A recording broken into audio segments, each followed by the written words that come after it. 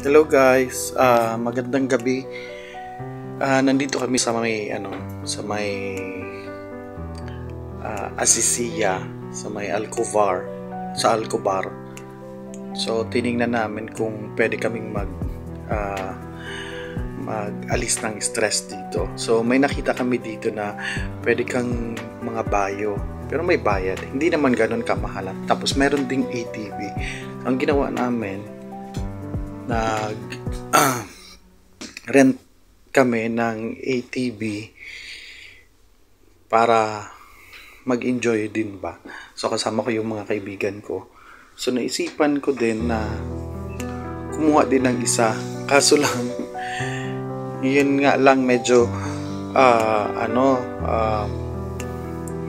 maraming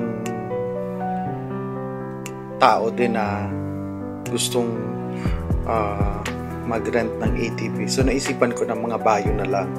So inuna namin muna yung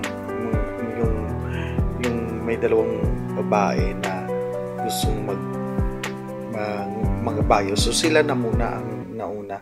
So trinay nila yung camel. So sa camel nga, yan. Ang ganda dyan guys, sa totoo lang.